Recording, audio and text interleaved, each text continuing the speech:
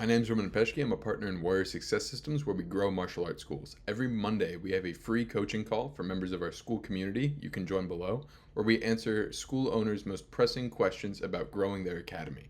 Whether it's from getting more leads, generating more trials, enrolling more students, or growing a team so they don't have to be there in the day to day. We try to make these answers as succinct as possible so that you at home watching can implement these things in your academy without wasting a bunch of time. Here we are on Monday. It's a Q&A call, and this Q&A call is opened up to all our levels of participation. And the goal here is to help you unplug what might be clogged. Now, I don't see any questions coming. Oh, hold on here. There might be. Oh, there is a question here. Here we go. Uh, Roman, can you see the question?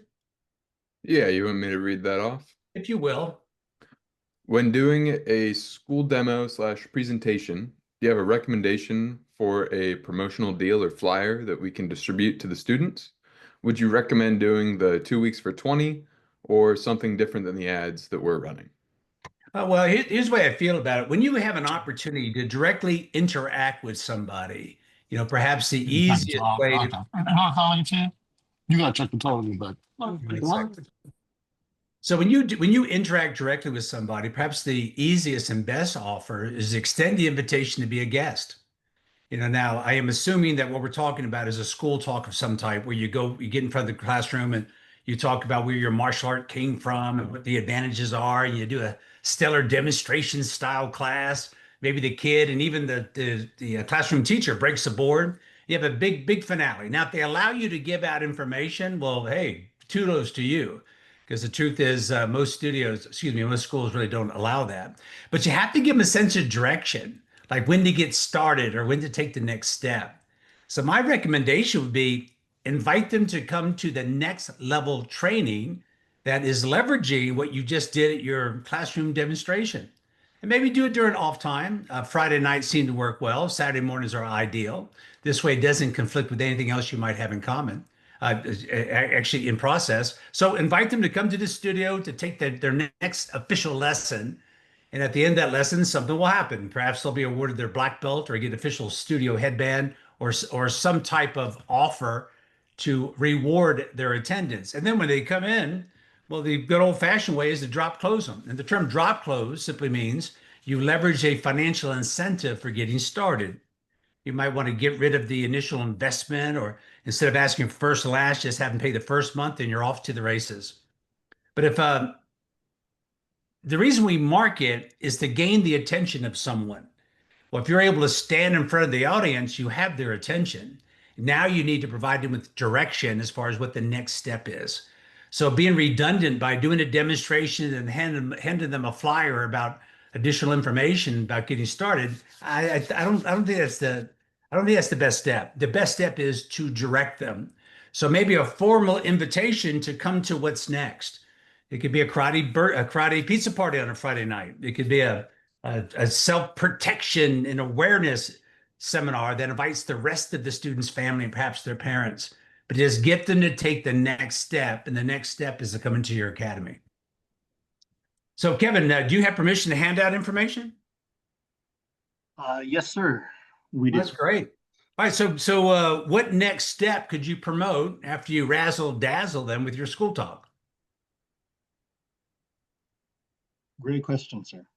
All right. Well, let's find an answer. Okay. So, why don't we go ahead and open up the call for any recommendations or suggestions as far as what Kevin's next step should be? Master Likes, will you just say wave and good morning? Do you want to contribute? I always love to contribute. So let's see what you got.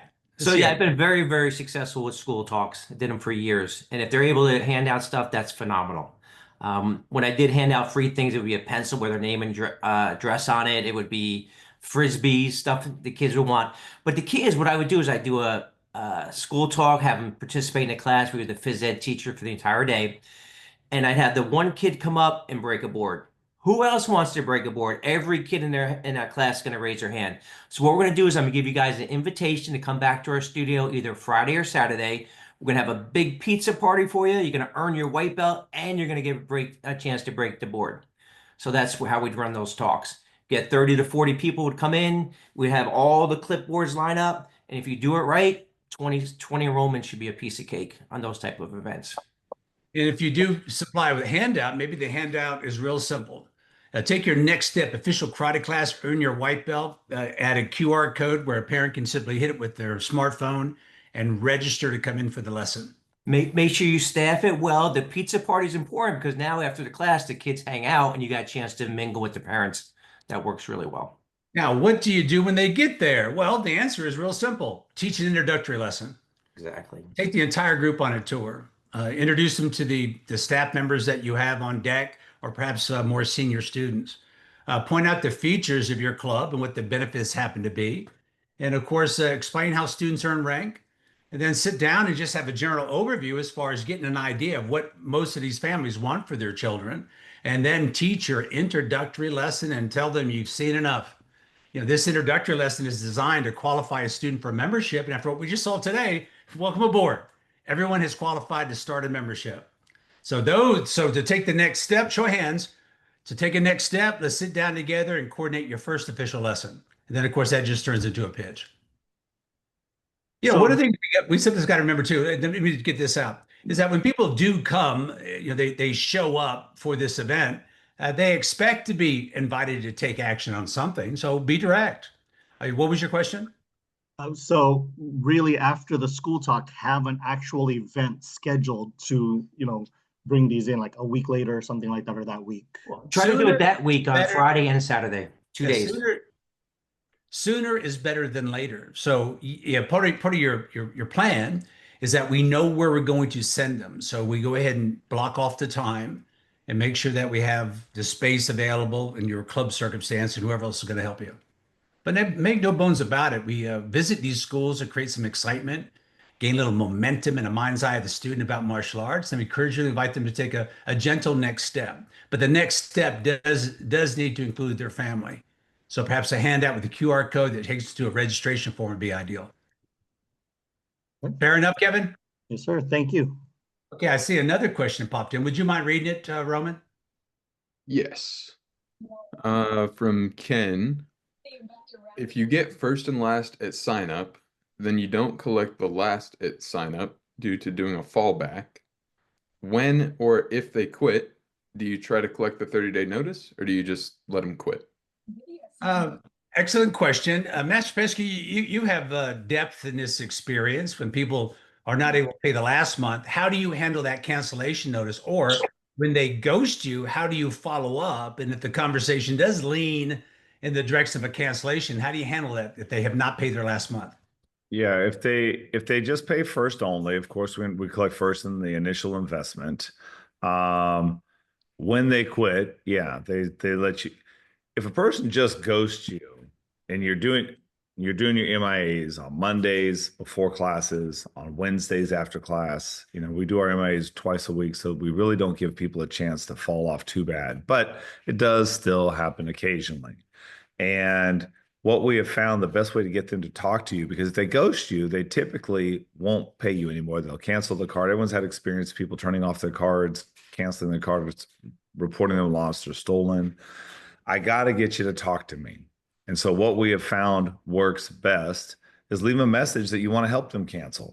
I mean, it really does work well. I say, hey, Mrs. Smith, this is Master Peshke at the Taekwondo Academy. And I know we've reached out, heck, I think a dozen times, and we haven't heard back. So it seems like maybe now is not the right time to continue your training with us. And that's okay.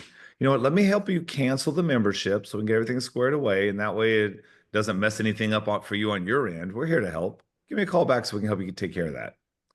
And then they're like, oh, goody, he's going to let me off the hook. Well, now they'll call you. I mean, we just had another one of these last week. Been trying to get a hold of this lady for weeks. Finally just left her that message. Hey, give me a call back so I can help you cancel the membership, and you're always welcome back. Sure enough, she called that day. Oh, hey, yeah. Oh, yeah. Oh, yeah.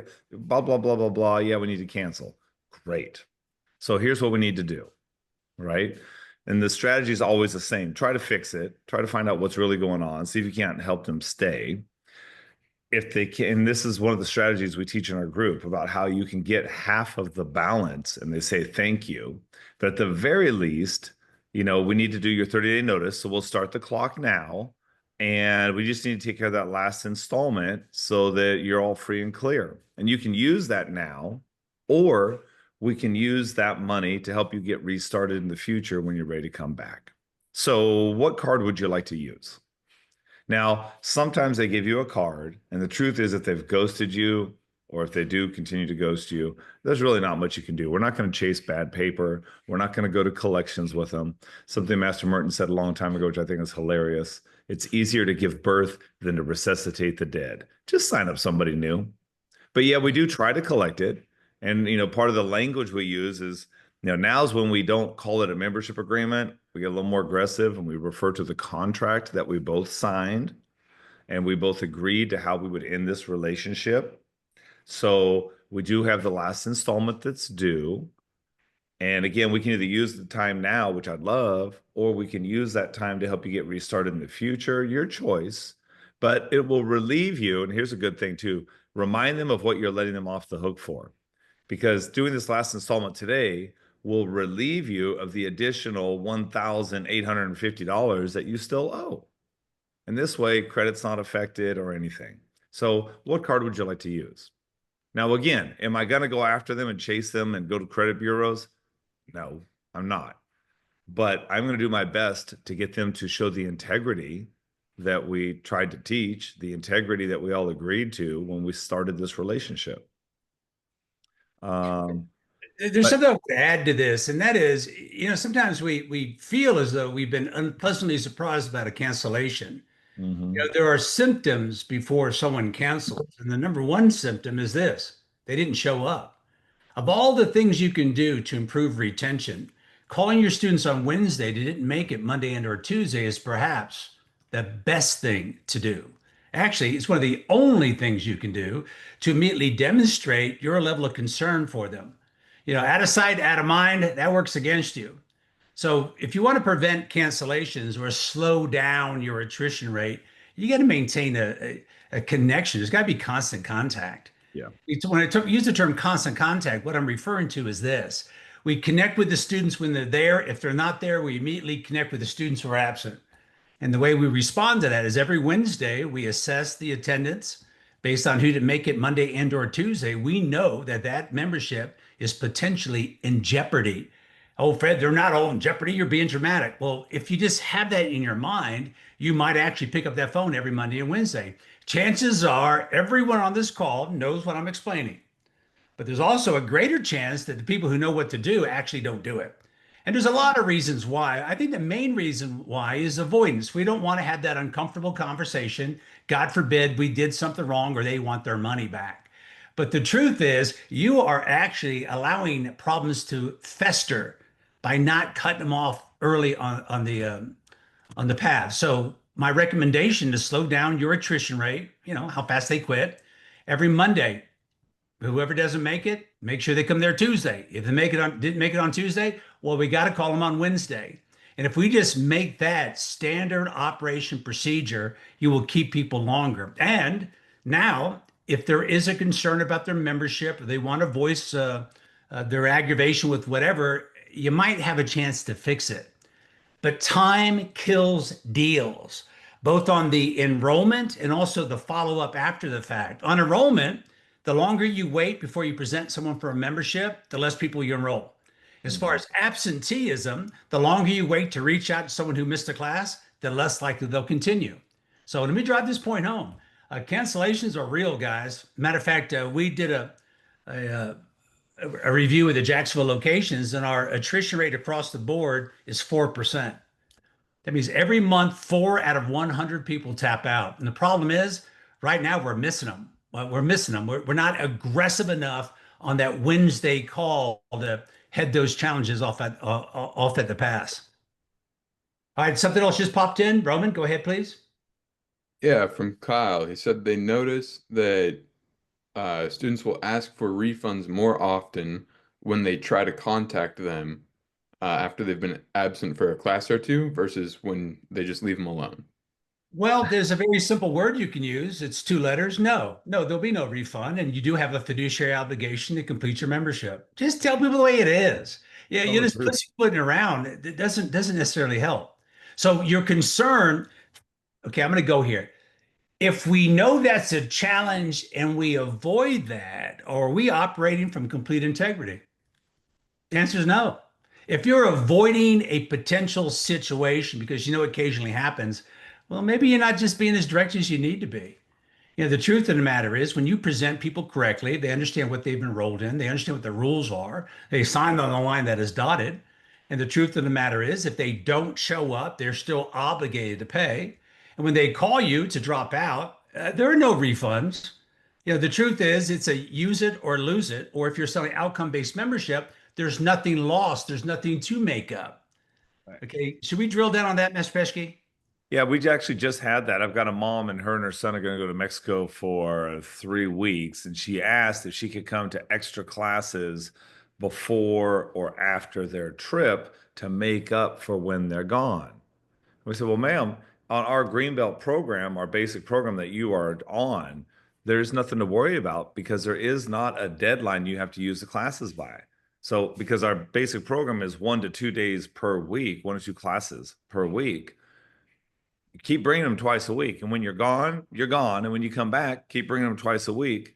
There's nothing lost. There's nothing missed. And she's like, oh, I get it now. Oh, that's great. Okay, perfect.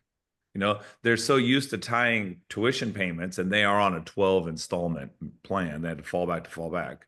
But people are so used to paying for time. Let me trade you my time for your money. Now you got to get out of that. It hurts your longevity. It hurts your memberships. It hurts your attrition. It hurts everything because there's a sense of loss if they can't come to class. Transition it over to outcome-based memberships. On the flip side of that, when we enrolled, we've got a couple of Indian families we enrolled in the last month or so. And at the point of enrollment, when we were explaining how outcome-based memberships work, this program will take you to Greenbelt no matter how long it takes. And if you travel for the summer or go on vacation or get sick or get caught up in another seasonal sport, nothing's ever lost. And they got it immediately. They're like, ooh, we're going to India to visit family for the whole summer. So we could still sign up because we don't lose anything. I said, yeah, that's right. Let's fill out the paperwork. And they were thrilled. One of the biggest missteps I often see is the reason why people don't follow through or don't follow the rules is because they don't understand. Well, your job is to make sure everyone has that understanding. So in concert with everything else you do, you also have to be kind of redundant with explaining exactly what they're working towards, how their membership works. So these problems become less of a challenge. But people quit. And it's unfortunate. But to slow that down, there has to be constant contact. But to kind of double down on that, I remember having that same mindset many, many years ago. It's like, well, their payment went through. I did reach out to them. Maybe I should just let that sleeping dog lie. Maybe they'll just keep making their payment. If I call them, it might disturb that. They realize they're making the payment, then they want to stop the payment. And the truth is, I think everyone, well, I don't know if everyone goes through that. I certainly had that thought a long time ago. And I realized, okay, well, then people talk about, I don't want to just be about the money. That's really just being about the money. Yeah. But in reality, when we looked back and really analyzed it, the problem wasn't me calling them. The problem was I didn't call them soon enough to show that I cared about them. Right? If a person's ghosting you, do you have a call log of how many times you reached out? I know we do, right? So I mean, like we said, if I don't see you by the end of the week, we call and reach out. If I don't see you by Tuesday night, Wednesday before classes, we reach out. That's twice a week you're going to hear from us. There's no escape. We're going to prove that we care. We're going to prove that we're going to deliver and hold you accountable like we told you when you enrolled. And we're going to go above and beyond in our customer care to make sure you realize we want you in class. I mean, our business thrives on class consumption. If they're not coming to class, they don't progress, and they will give you a cancellation. If I ignore it, there's that 1 or 2 times where a person doesn't come back and they still make their payment. I mean, heck, we've got some people now even that we've reached out and they just don't show up and they keep making their payments and we keep trying. What are you going to do? I mean, I'm not going to turn away the money, but we still continue to try to follow up because my goal, my hope is, I think 99% of the time, if they're making their payment, you got a shot at getting them back in class. So rather than just taking the money and hope they don't notice, let's go above and beyond. And in the beginning, Kyle, you're right. You might remind a couple of them like, oh crap, I forgot I was making that payment. Can I get my money back? Well, no, there's no refunds. However, I would like you to use the time you've paid for. In fact, let me do this. If you want to really care for them, let me extend your expiration date because you weren't servicing them anyway. They haven't even been in class. Get in here. Let's get these guys back on track. Well, no. I just want to cancel. Okay, well, then we'll use now as your 30-day notice, and you'll just have one more payment due. I mean, don't be afraid to have real conversations with people. And I think that is a big part of it too, is because we don't know what we're going to say. We don't want to get caught with our shorts down. And I get it. So let's prepare for what we will do, what we will say. And then the conversations are no big deal at all. You know, oh, I didn't realize I was making those 6 payments. I want my money back. Well, there's no refunds. I mean, heck, the contract that we both signed clearly stated that the payments are due whether you come to class or not. But here's what I'll do for you. Let me extend your current expiration date to match the time you've missed because Mrs. Smith, I really do want your kids in here. Heck, when you started, you said you wanted better discipline. I know that hasn't changed. Let me help. And they can be upset if they want to be, but all I can do is offer to help. Right? And then when you come from that perspective, you'll rarely, if ever, get any real blowups. Because well, this isn't fair. I want my money back. I'm gonna sue you. Well, you're welcome to do that. But I mean, heck, we both have copies of the contract that we signed. And I've been here to uphold my end. And heck, you've made your payments, so you've upholded your end. The only thing missing is the support for your child getting to class. So let me extend your expiration date and let's take care of that too. I want to help. And the occasional chargeback that you get, the way you can win the chargeback claim is by keeping accurate accounting for what you've done with and for the member.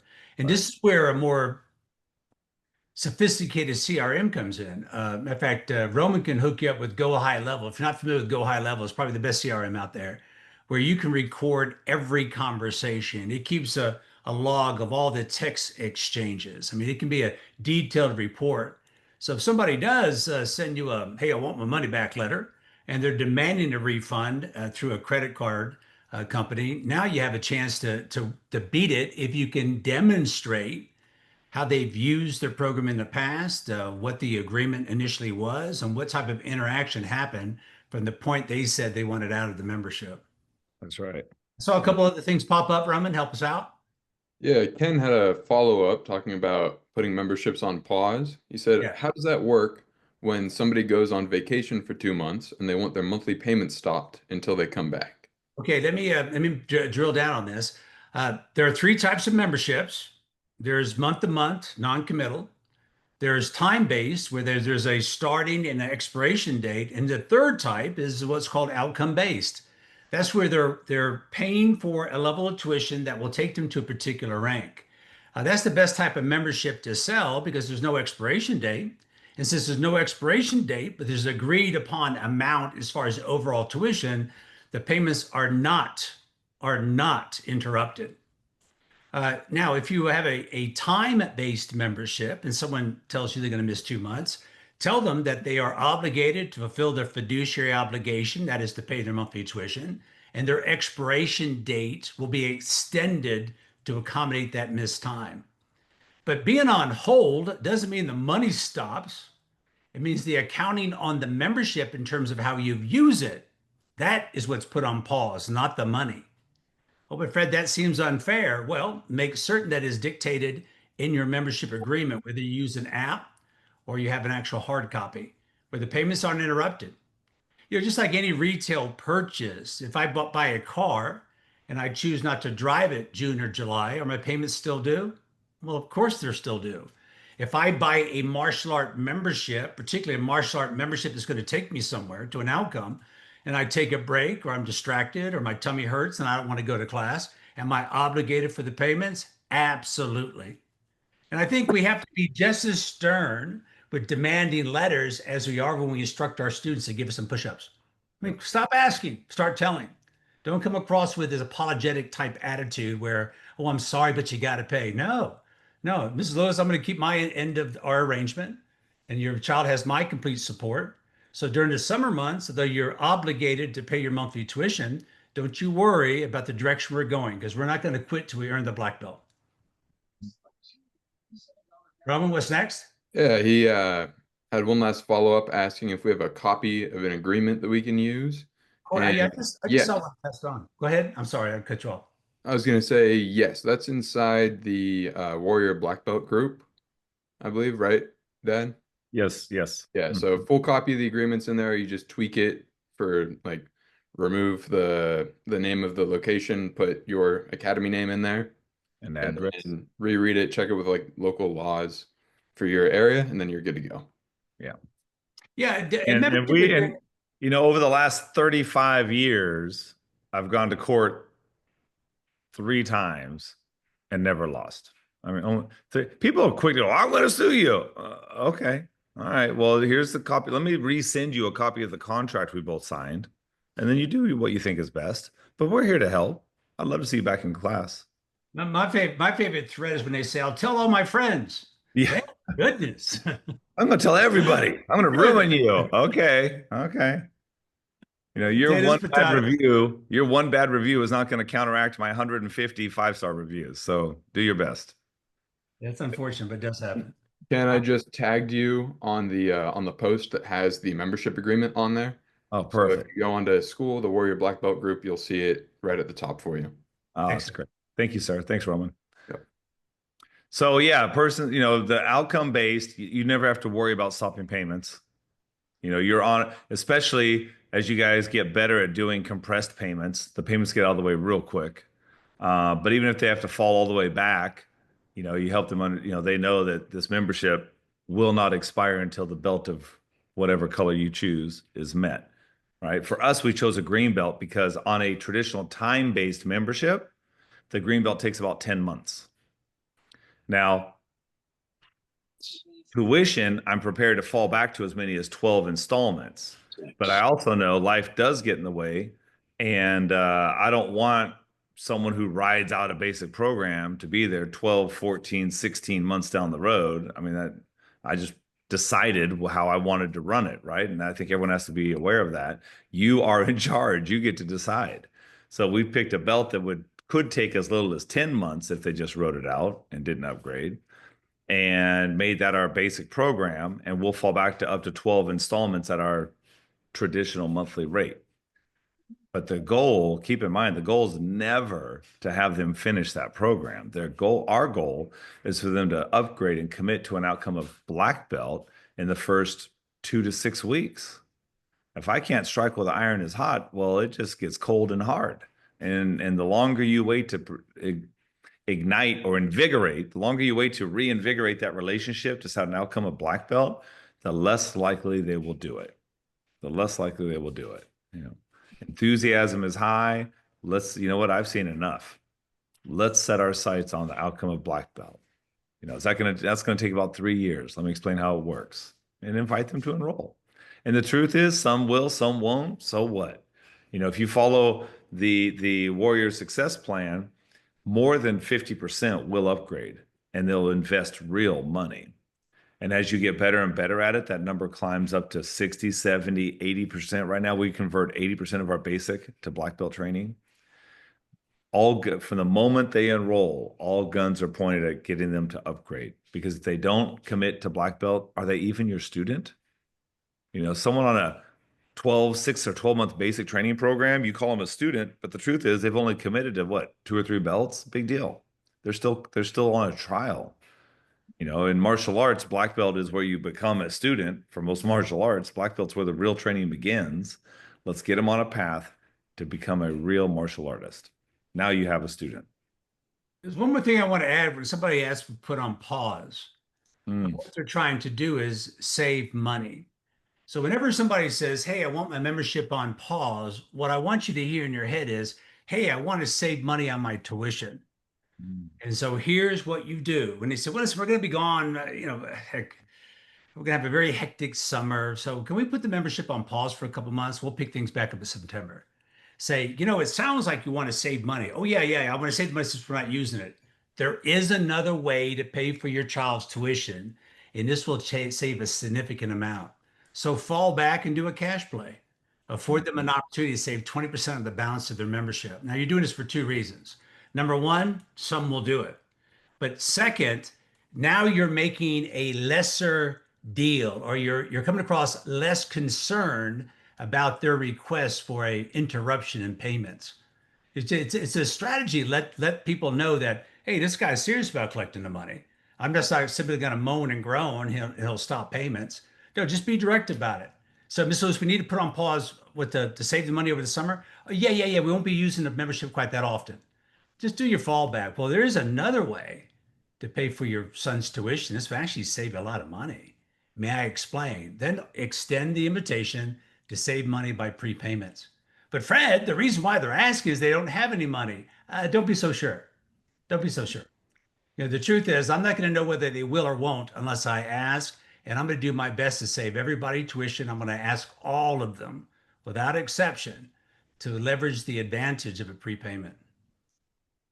I saw something else click in, Roman. What was it? I sent the direct link to the post inside the Black Belt group, so that Ken, if you just want to click on that, it'll take you right to it. Oh, excellent. All right, great. So let's open up the call for questions, comments, or concerns about some of the ideas we've shared, or maybe a challenge you're currently dealing with that we can be of help. Let's see, I have Go one. ahead, Eric. while I we know you wait got for some- something. I have Oh, we one got wait for some to comments. call out Eric. I'm sorry, I'm speaking over you. Go again. Go right ahead. I want Eric to chime in because he's a new guy. New guys are always a little confused when they first come on. So, Eric, what's the challenge, sir?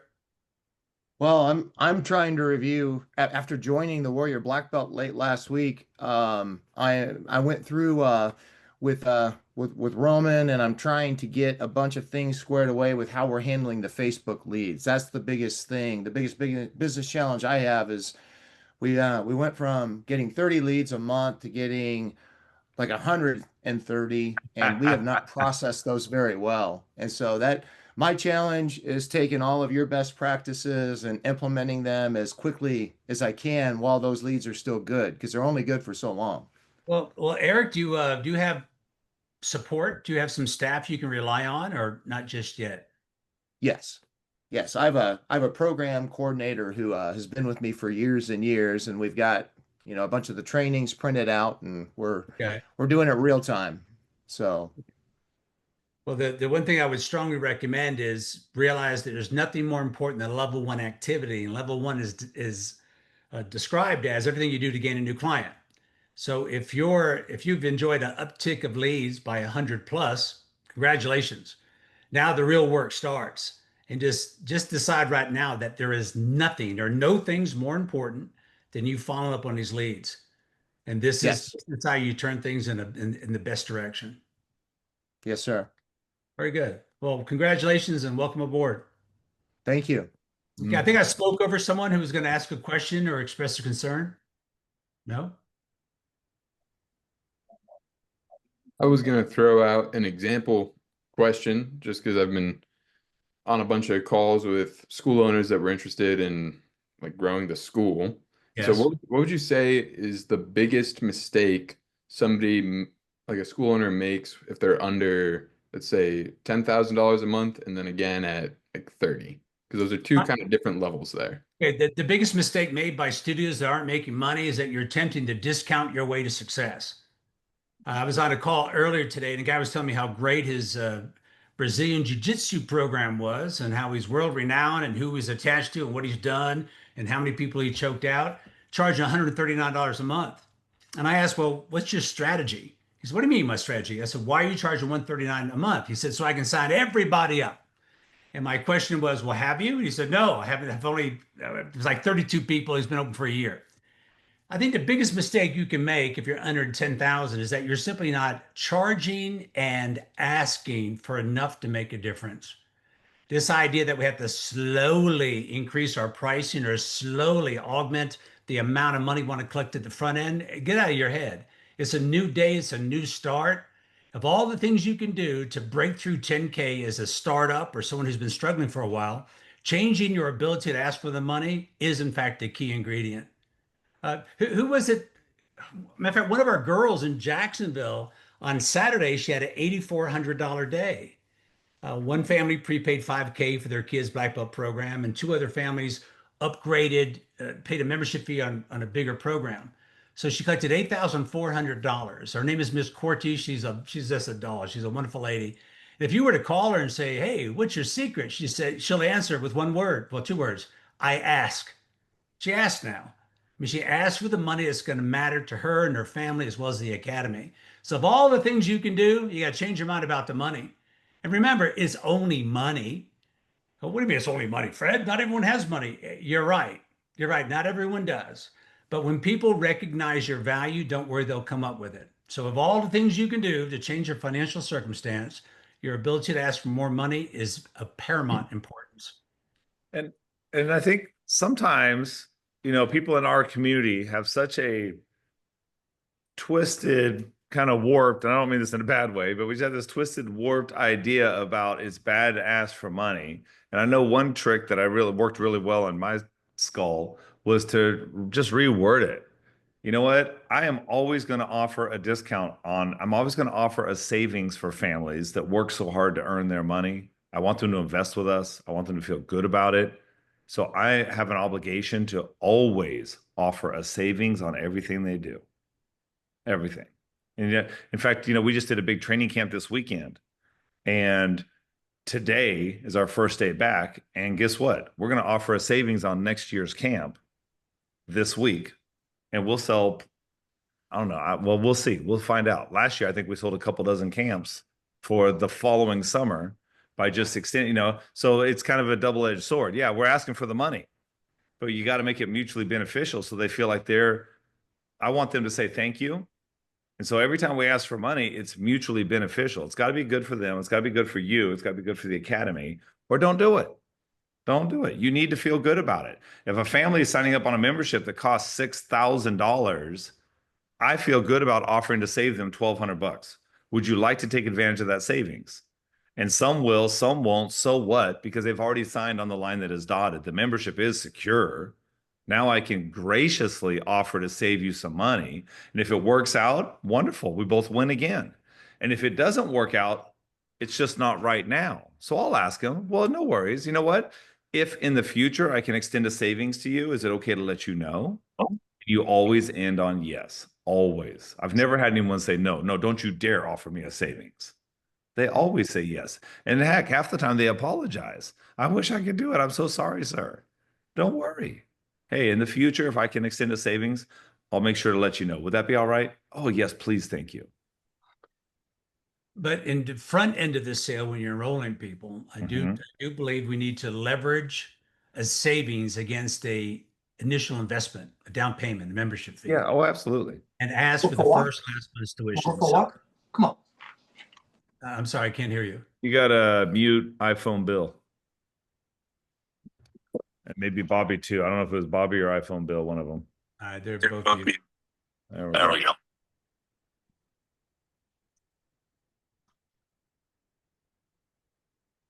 Okay, I was just about to say something really smart. On the front end of the membership, you got to discount the initial investment. At a minimum, let's all decide right now. Everyone just be in agreement that enrolling new members, you're going to ask for at least $500 on the day you enroll them. At least. It's game changing, guys. It'll change everything. And the truth is, the only reason why you haven't been collecting that much in the past is you simply haven't asked for it. But I want to give you 3 points that are very important to consider and why you should ask for more money. Number one, it changes their perception about how valuable you are. If you met a lawyer in an elevator and out of nowhere, the question came up, well, how much you charge an hour? If he said $75, you would just assume he's a lousy lawyer. But if he says, I charge $500 an hour, you would automatically assume, well, he's the guy if I'm ever in trouble. All right, so number one, you ask for more money to change your perception of value. Next is we ask for more money for no other reason than this. You get it. You just get it. I mean, we've had men and women on our program that haven't changed very much as far as what they do on the floor, and really not that much as far as marketing, but everything about asking for the money. And they've generated an additional $100,000 this year compared to last. So just by asking money, you'll get it. But the third reason is now you have the flexibility to do what we call a cascading fallback. where if they can't pay it, you graciously afford them the opportunity to pay a little less to get started, but you're not changing the overall tuition. And if you just realize that's why you need to ask for more money. Number one, it changes the perception of value. Number next, you get it. Ask you shall receive. We all know that one, right? But the third thing is now that I've established the value, and though I wasn't able to get it, I can provide flexibility that extends a gracious courtesy to the family so you can get started. So change that front end money and everything gets better. Because here's what I'm going to tell you. I'm going to look at my crystal ball. The next person to quit, I bet you lunch will be someone on the lowest level program you have, or somebody you did a special deal for, or somebody who's paying tuition from 2 years ago. If you want to change somebody's mind about their commitment, change the amount of money, change their fiduciary obligation to you, and you'll keep people longer. Took us 40 years to figure it out. Yep. All right. Next question, comment, concern? I think that's just about all we have time. Let's do this. Let's do a quick round robin and find out. I know some of these guys in here are in our black belt program. Some of them aren't, should be, or maybe would like to be. So, Roman, if you would, let's drop the link in the group for anyone that wants to find out more. I know there's some new videos in there people would enjoy. And today we did discuss some things that are very tactical. And let's do a quick round robin and find Mr. Siley, Master Siley. Heck, what kind of juice? I mean, and what's interesting is sometimes you got to hear the same message over and over and over, and all of a sudden it goes, "Oh, that makes so much sense now." One time we did this training seminar with a bunch of other instructors. This was eons ago, and one of my guys, we were walking back from the training, and he goes, "Oh my gosh, that made so much sense the way he said, it was something about sidekick," and it was verbatim. I mean, verbatim. Exactly what I had told him like 1,000 times already. And we're walking back, he goes, "Well, that made so much sense. The way he said that, blah, blah, blah, blah." I looked at him, I was like, "I should slap you." He goes, "What?" And I said, "I've said that exact thing so many times." And he just started laughing. He goes, "Well, I guess today it made sense." And it's true. When the student is ready, the instructor appears. And so, when I do, even on these calls, if I'm not talking, I'm listening, because sometimes just hearing something with a slightly different twist or a slightly different, heck, even tonality, it makes you go, "Ooh."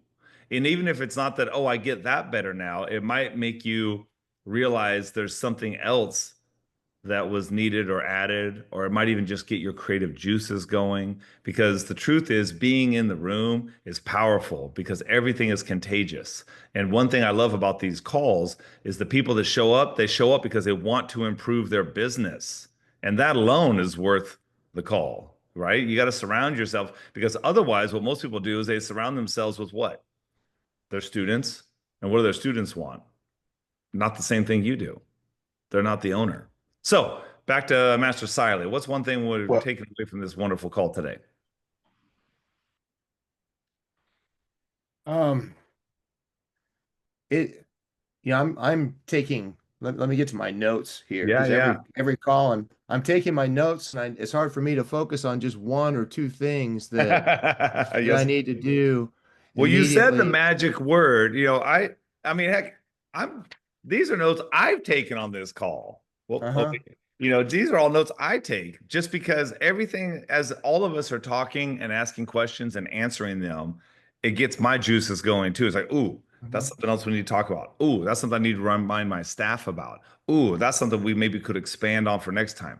If we're not taking notes and if we're not, it's like if you have my mom, rest in peace, used to make fresh made orange juice. And she had one of those old glass bowls with the funky thing in the middle and grinding it away. And when I was a kid, I was like, "Oh, I want to do that. That looks cool."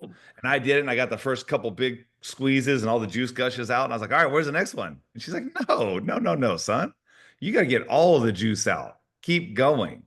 And then I was like, "What?" And then she'd grab it and more juice would gush out. Why? Because she had a firmer grip on what was really going on.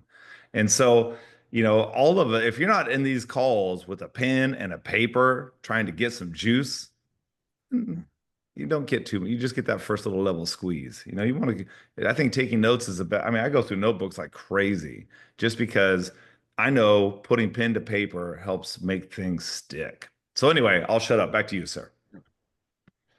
the this is more of a, every once in a while I'll hear something, it's more of a cautionary thing that, and so the MIA process with it being summer, I'm signing up a lot of new members since I've been attending the calls. I've had two good months after not having so good months, and I need to Congratulations. make sure with the MIA process that it's easy to flip that off if you have Spark, and because there's so much junk that can go out if someone just doesn't take, if they don't take roll properly. Mhm. But I need to go back with it being summer and make sure that that is on and that we're making those calls this week as a cautionary tale, Yeah. just to make sure that no one's fallen between those cracks. Um, Hmm. that's one thing. And then as I scroll up on my notes, since I've been coming probably 8 weeks now on the calls, probably the first thing, if somebody is new to the call, is cribbing the personal analysis form.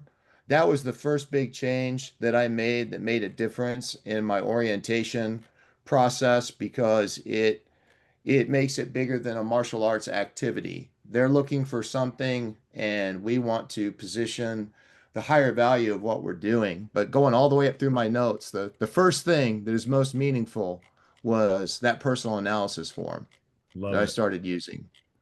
Yeah, that's great. Thank you, sir. And that makes it takes a deep dive into, they think they're coming for an activity to, we've said this a million times. A parent thinks, oh, I'm going to hire a guy to do something cute for my kid.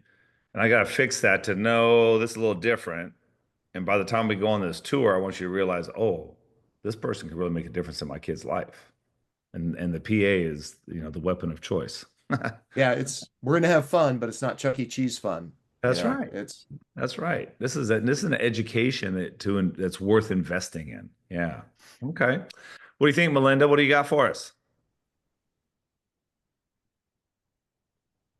I mean, it's been a little bit of a slow start this month, but it's been helpful hearing some of your feedback, Yeah. especially with summer stuff. We do have a new kid coming in today at 4 o'clock. So Excellent.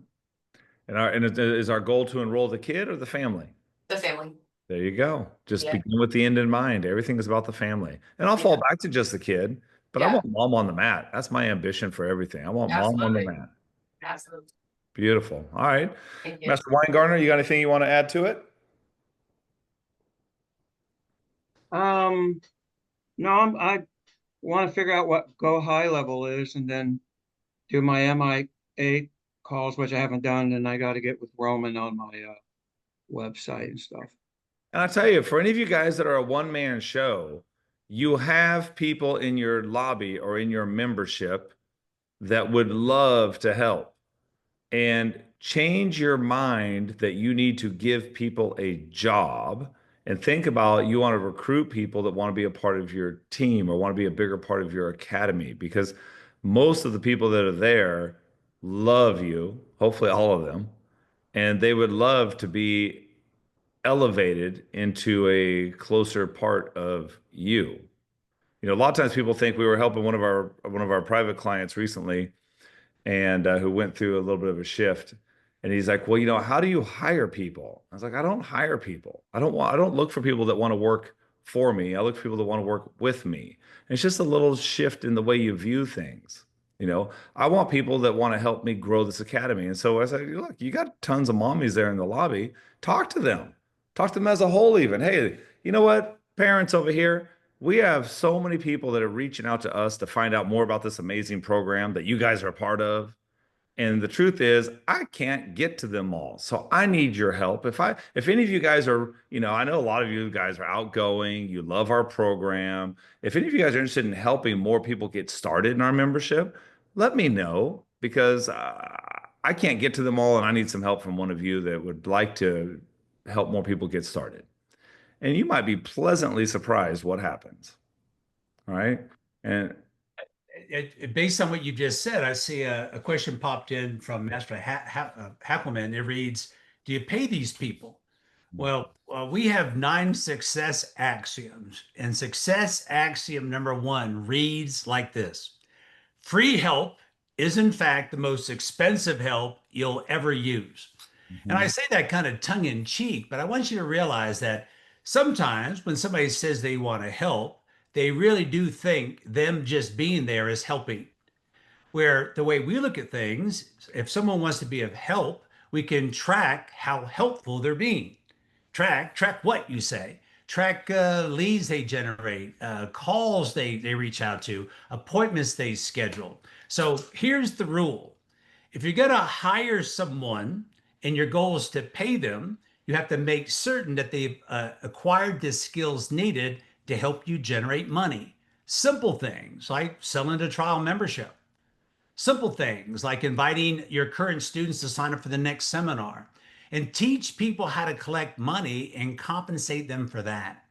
So you could put them on an hourly wage, or my recommendation sometimes, what works best is a bonus paid on their participation, what they create. But we're just not asking for volunteer help, because I want you to realize this. My many years doing this, some people think just because they volunteered, they've actually already done something. So you got to be careful about that. But Yes. my vote is I know a person who is capable, a person who is responsible, a person who actually wants to help you grow the academy. There does have to be some level of compensation. Yes. And But yeah, and so like even at, our entry level positions is always recruitment. If you can't recruit students, you'll never be a successful instructor. You got to learn how to become the Pied Piper. If you cannot attract students, you're doomed to struggle forever. And I don't care how good a person is at their martial arts. If you can't let people know who you are and what you're all about, you're going to have a day job. And if that's what you want, more power to you. But if you want to help people create a career, they've got to learn how to sell memberships.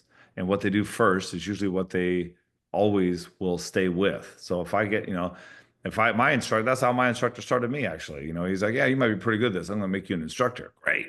Here's how you teach the intro, sell some memberships.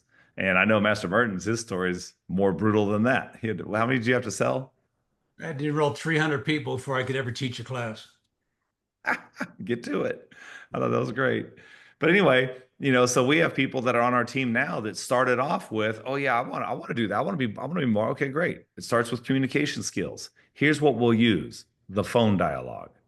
And we start role playing and practice and role playing and practice until they get it down.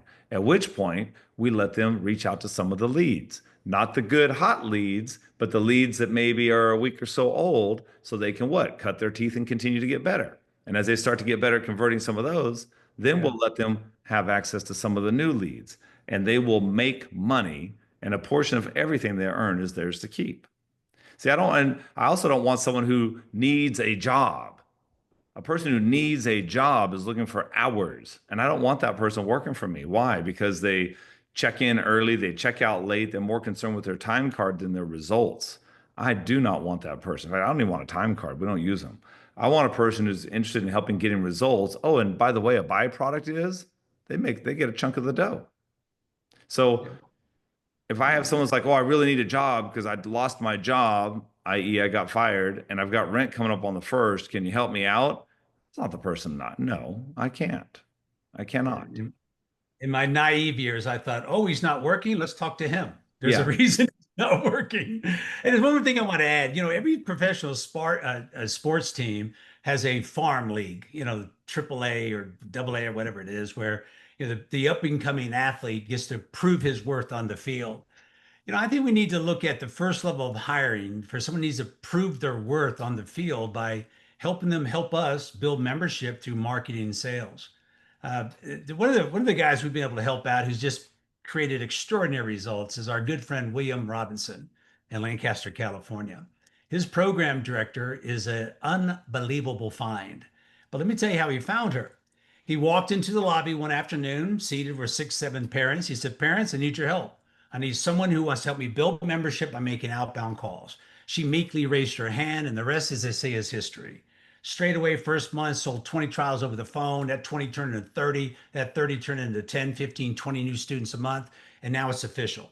So the Farm League participation is in the initial introduction to your program, i.e., the phone dialogue. The phone dialogue is your foundation. how you start people in the mindset of considering your membership will determine your long-term success. Mhm. So when we think about finding help, I want you to realize the last place you need help with is on the mat.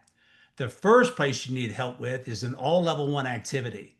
All the outbound and incoming calls. Can we find somebody who has the work ethic, the desire, and the attitude needed to be extroverted? Because that's what's required. Now, before you say, well, hold on now, well, I'm not extroverted, you're driven. But it's easier to take someone who's already extroverted and put he or she into a position to help you build membership than if they're not. So if somebody is not interested or willing to learn that first level of connection, that first conversation, the phone dialogue, then the chance of them working out is very slim. Most of the people that work in Sacramento, that's where they came from. They came from first helping us with level one activity. Yes. Should we add anything to that, Master Pesky, or we size I that think, up? I think that's good. I think that's good. I think we're on the hour. Heard from everyone who had their camera on. Appreciate you guys being here. And Roman did drop the link for any of you guys that want to click the link on there for the Black Belt program. It's our entry level program into coaching. It's dynamite. It will add $10,000 a month to your revenue without just follow the bouncing ball. All right. And you guys have a great day. And Black Belt members, we'll see you and many more tomorrow, 10 a.m.